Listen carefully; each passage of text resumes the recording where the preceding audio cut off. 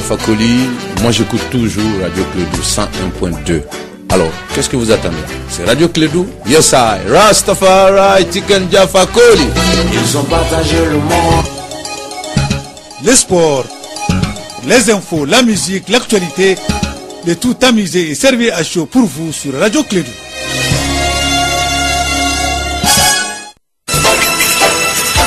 Radio Clédou, le journal, avec Sotelma Malitaire. Mesdames et messieurs, fidèles auditeurs et console Clédou sa matinale, quelle que soit la ville ou le village, quel que soit le continent sur lequel vous êtes, et quel que soit le moment ou l'heure, on vous dit bonjour ou bonne nuit. Bienvenue ou bonsoir à chacun de vous. On vous accueille avec bonheur. C'est pour ça qu'on se lève le matin de bonheur. Aujourd'hui, nous sommes mardi 13 novembre l'an 2018. Il est 7h en temps universel. C'est avec plaisir que Bakary Cissé vous va présenter le journal de ce matin. Bakary, bonjour et bon réveil. Et bonjour Abdoulaye, bonjour à toutes et à tous. Bienvenue à cette édition, la première de Clédou Info. Dans ce journal, nous allons parler de Gao. Une fois de plus, hier, dans les environs de 19h15, un kamikaze s'est fait exploser avec un véhicule piégé de marque Toyota Land Cruiser contre deux maisons appartenant à monsieur Ali Yebadi Maïga au 8e quartier de Gao. Beaucoup filles. Kassim Traoré nous donnera des précisions donc, par rapport donc à ce qui s'est passé hier à Gao. Et puis ici à Bamako, la ministre allemande de la Défense a entamé une visite de 48 heures dans notre pays. Une visite en tout cas pour remonter le moral de ces troupes. Elle a été donc reçue par les responsables du Mali et aujourd'hui donc elle sera à Gao. On en parlera avec Mahamadou Okan. C'est le titre de ce journal. Le développement dans un instant avec Bakary Cissé.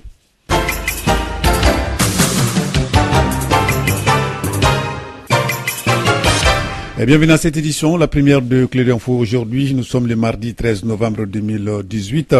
La première session d'information de Clédou Info. Tout d'abord, après une grève de 48 heures du 15 au 16 octobre 2018, bien suivi par les travailleurs, la coordination des comités syndicaux de la DAF, des DRH, des CPS et des DFM, de la primature et des départements ministériels, donc place la barre un peu plus haut, donc notamment une deuxième grève de 72 heures. Donc c'était hier, 12 novembre 2018. Selon la coordination des comités syndicaux, si leurs doléances ne seront pas satisfaites, une grève d'une semaine aura lieu en mois de décembre prochain. En tout cas, hier, de l'avis des responsables donc de ce syndicat, leur mot d'ordre de grève de 72 heures, qui a débuté donc hier, je le disais tantôt, le 12 novembre, a été suivi à 98% des travailleurs des services concentrés. Je le disais également dans les titres cette fois-ci, une visite pour remonter le moral de cette troupe. La ministre allemande de la Défense est dans notre pays pour 48 heures. Elle a débuté son séjour lundi par des échanges avec les parlementaires du G5 Sahel et avec le Premier ministre malien Soumilou Boubeye Maïga au menu des entretiens, la coopération militaire entre le Mali et l'Allemagne, l'accord de paix ou encore les forces du G5 Sahel. Les points avec Mahamadou Khan. L'Allemagne se distingue au Mali sur le plan sécuritaire à travers la présence de 1100 hommes déployés dans le cadre de la MINUSMA, la mission de l'ONU au Mali, et la formation des troupes maliennes au sein de l'EITM, la mission de formation de l'Union européenne au Mali, dont le commandement est assuré depuis le mois d'octobre dernier par un général de la Bundeswehr, l'armée allemande. Pour Ursula von der Leyen, ministre allemande de la Défense, il n'y a pas que le tout sécuritaire pour redresser la situation dans les pays. Pour nous, ce n'est pas seulement l'engagement en ce qui concerne le secteur de sécurité, la formation des troupes par exemple. On a formé maintenant 12 500 soldats maliens, mais le développement économique est très important pour ce pays également parce qu'il faut la croissance.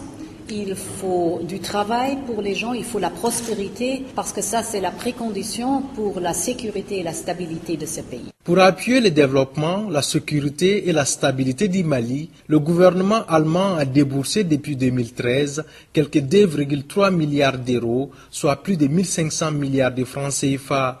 L'implication des parlementaires des pays du Sahel dans la lutte contre le terrorisme et la criminalité organisée dans la zone peut être un grand renfort pour soutenir les efforts de l'Allemagne et de la communauté internationale. C'est ce que pense Isiaka Sidibé, président de l'Assemblée nationale du Mali. La persistance de l'insécurité dans la bande sahélo-saharienne doit inciter les parlements africains en général et ceux des pays du G5 Sahel en particulier à persévérer dans la voie d'une coopération interparlementaire plus dynamique. En tant qu'élu, il sera de notre devoir de mener un plaidoyer efficace à tous les niveaux pour donner à la force conjointe G5 les moyens nécessaires pour sa pleine opérationnalisation. La ministre allemande de la Défense bouclera son séjour malien ce mardi à Gao, dans le nord du pays. Ursula von der Leyen sera au chevet de ses troupes engagées au sein de la MINUSMA. Voilà, merci Mahamadou Khan. Dans cette ville de Gao, hier, un kamikaze s'est fait exploser, causant plusieurs morts. Après donc les 2 motocyclistes, il y avait aussi 3 autres corps qui n'ont pas pu être identifiés pour le moment. Au niveau donc des urgences de l'hôpital de Gao, il y avait donc une vingtaine de blessés, dont plusieurs graves. Aucun bilan officiel pour le moment n'est disponible. Kassim Traoré. Une déflagration intense qui priva tout Gao d'électricité. Ce 12 novembre 2018 à 19h12 au 8e quartier de Gao, en face du bar et restaurant Petit Dogon, il y a eu une attaque kamikaze contre la maison de Ali Badi, une maison habitée par des Occidentaux. L'attentat kamikaze soufflant 2 étages jumelés, plusieurs corps déchiquetés et des blessés graves. Parmi les victimes, il y a des Maliens et des expatriés. Les victimes sont majoritairement, selon nos sources, des Blancs. 2 motocyclistes, au passage, ont perdu la vie. Leur corps calciné a été retrouvé par les premières équipes de secours, acheminés à l'hôpital de Gao, comme les blessés. À 0h35, l'impact était d'une telle tonalité que chaque habitant pensait que c'était au pas de sa porte que l'explosion a eu lieu. Cette dramatique opération aurait été planifiée selon plusieurs habitants du 8e quartier, car la cible n'est autre qu'une maison habitée par des Occidentaux. Par ailleurs, la région de Gao organise une journée ville morte en signe de protestation contre le projet de découpage territorial. Alors merci Kassim Traoré. Donc par rapport donc à ce découpage territorial, les consultations avec la classe politique engagée depuis quelques jours par le Premier ministre en vue de l'organisation de ces concertations du 13 novembre 2018. Donc on continue toute la semaine. Les PM, les phares, le MPR, la CODEM, les STINID, Maître Bathily, le général Moussa Senghor Coulibaly ont reçu en tout cas la visite du Premier ministre. Mais le vendredi dernier, le chef de file de l'opposition Soumaïla Cissé n'a pas hésité en tout cas à durcir une fois de plus le ton devant la presse. Hier, le FSD estime que seul un président légitime peut relever donc les défis de l'heure. Soumaïla Cissé, chef de file de l'opposition. Au lieu de préparer un dialogue politique de haut niveau, devant aboutir à un accord politique global, le régime Ibeka, à travers son ministre de l'administration territoriale et de la décentralisation, a en toute opacité et de manière unilatérale élaboré un projet de redécoupage administratif. En créant de nouveaux cercles sur des critères tribaux, ce projet engage un processus de tribalisation administrative du territoire aux conséquences imprévisibles pour la cohésion nationale, pour la paix et la réconciliation des Maliens. Ces concertations régionales risquent de donner lieu à la multiplication des surenchères tribales, ethniques et régionales, dont la finalité sera l'affaiblissement continu du Mali. Pour le Front de sauvegarde de la démocratie, le projet unilatéral de redécoupage et les concertations régionales mal préparées et annoncées sans concertation contiennent les germes de la division et de la guerre civile entre les communautés du Mali. Au-delà de tout, notre pays doit à présent entamer une dynamique nouvelle par un dialogue intermalien fécond visant à forger un consensus national entre tous les fils de ce pays à travers leurs représentants dûment mandatés et non choisis par l'administration autour des réformes de la restauration de la paix et de la stabilité sur l'ensemble du territoire. Le Front de sauvegarde de la démocratie lance un appel au boycott, j'ai dit au boycott, des concertations régionales nationale par toutes les forces vives du pays. Le Front de sauvegarde de la démocratie tient le gouvernement seul et entièrement responsable de toutes les conséquences de cette initiative dangereuse et attentatoire à l'unité et à la cohésion nationale. Le Front de sauvegarde de la démocratie n'est pas opposé à une réorganisation territoriale pour un pays aussi vaste et sous-instrumenté comme le Mali. Mais un tel processus ne peut être conduit dans l'impréparation, l'opacité et la ruse, favorisant telle ou telle tribu ou telle communauté.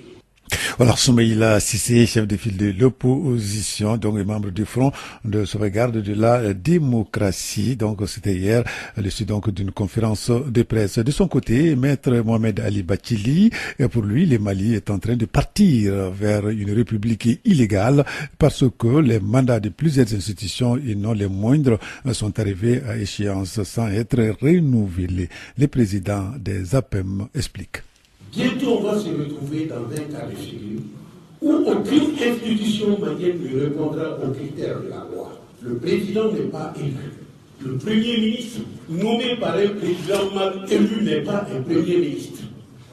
La Cour constitutionnelle est complètement poursuivie pour forfaiture devant les tribunaux. Avec la complicité de la Cour suprême qui a siégé pour faire prêter serment à Ibeka. Voilà que les institutions prévues par la Constitution, le président de la République, le gouvernement, la Cour suprême, la Cour constitutionnelle, aucune ne marche. Et il n'y a que l'Assemblée nationale jusqu'au 31 décembre. Mais on n'a plus le temps d'organiser dans les délais légaux les élections. Donc le 31 décembre, l'Assemblée nationale aussi fera sans hors délai de la loi. Ben alors, est-ce que nous allons admettre que le président de la République, le gouvernement, la Cour suprême, la Cour constitutionnelle, l'Assemblée nationale, les conseillers territoriaux, les collectivités territoriales, Adama, le maire du district, personne ne répond aux critères de la loi et c'est ça la démocratie au Mali? Non. Les propos sont de Maître Mohamed Ali Bathily, président des APM. Donc, les propos recueillis par Kassim Traoré. Nous allons rester toujours dans les cadres donc de ces consultations. La commune rurale de Bla, chef-lieu de cercle, a enregistré hier lundi une révolte populaire. Les populations se manifestent contre la nouvelle réorganisation du territoire qui fait de leur cercle donc l'un des cercles de sang cette fois-ci. Donc, on fait les points avec notre correspondant dans la région, Douba Damele. Ce lundi 12 novembre, les populations de la commune de Bla ont envahi les carrefours de la ville pour manifester leur mécontentement quant à la nouvelle réorganisation du territoire en projet. Selon des explications, le cercle de Bla serait affecté à la région des Sangs. Les Bladois qui veulent rester avec Ségou ou aller avec Koutiala ne veulent pas descendre. Ils étaient donc très nombreux ce lundi dans les rues de Bla. Il s'agit des organisations de la société civile, des notabilités de Bla et des élèves et étudiants de la localité de Bla. Ensemble, ils réclamaient le maintien de Bla parmi les terres de la région de Ségou ou même que Bla soit érigé en région tout simplement. Leur manifestation a sérieusement affecté la circulation au niveau de cette ville carrefour. Tous les cars et autres véhicules en passage à Bla ont été bloqués. Située à 80 km de Ségou sur la route nationale numéro 6, la ville de Bla, chef-lieu de cercle, est le cordon ombilical entre le nord et le sud. Bla est le point de liaison du cercle de Sang et de celui de Koutiala dans la région de Ségou. En tout cas, les chefs de village et autres acteurs de la société civile étaient en conclave ce samedi 10 novembre à Bla, réunis autour du préfet du cercle. Ils ont affirmé leur désarroi par rapport au découpage administratif qui fait de leur cercle un des cercles de la région de Sang. De retour de Bla, Douba Dambélé pour la radio Clédou.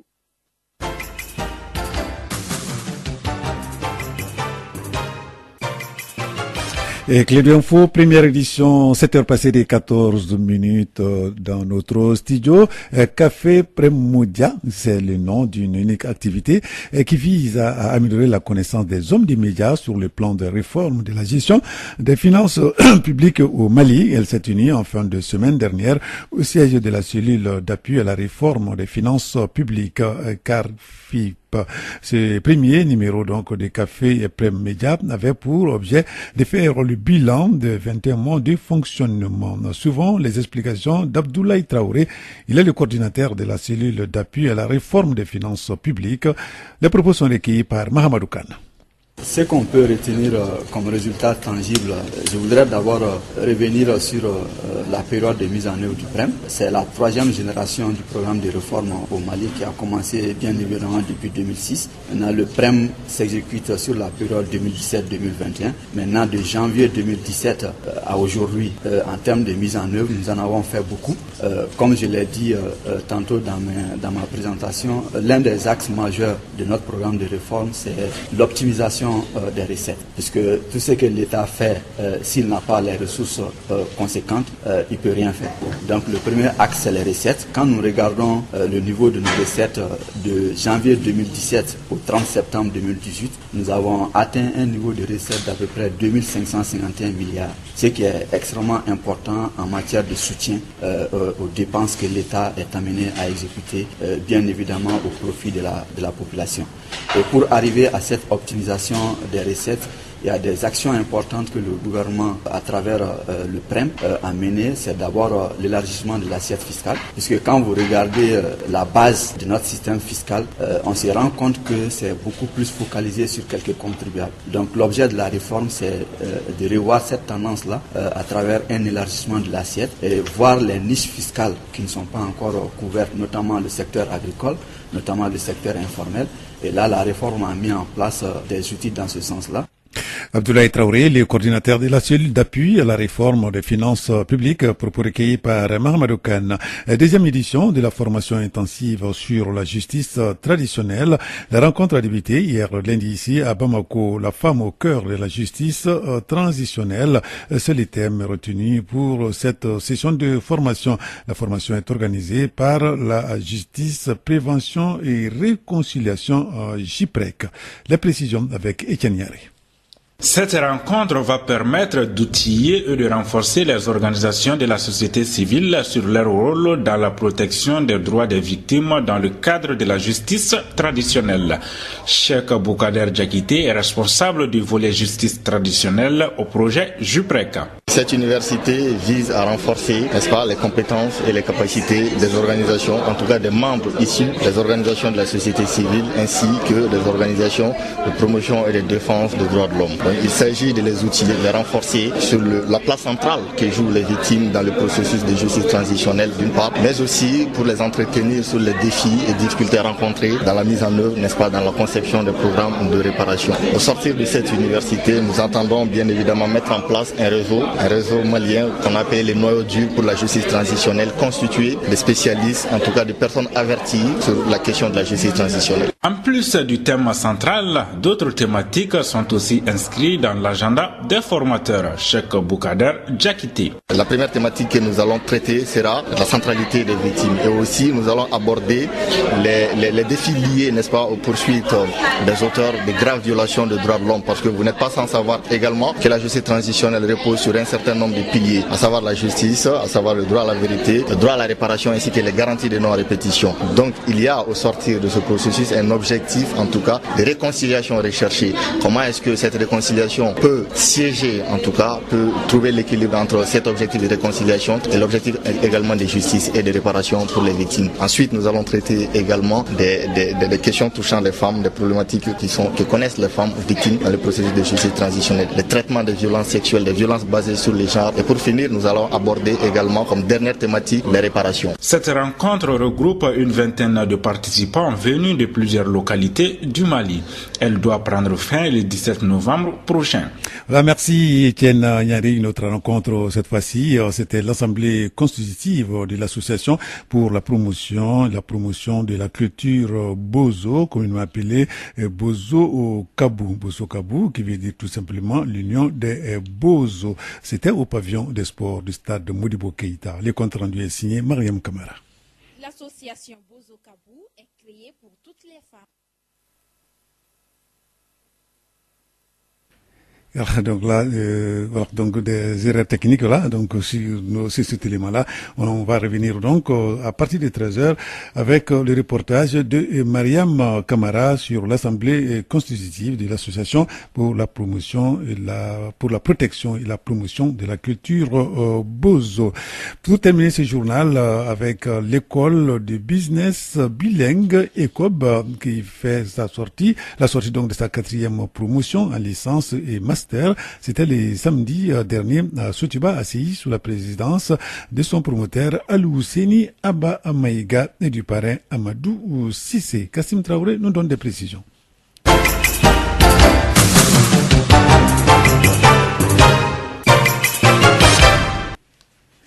Donc nous allons retrouver en tout cas ces reportages également donc dans nos prochaines éditions. Voilà, donc c'est tout pour cette édition, la première de Clé d'Info. Merci de l'avoir suivi. Présentation Bakary Sissé, mise en onde Abdoulaye Andan.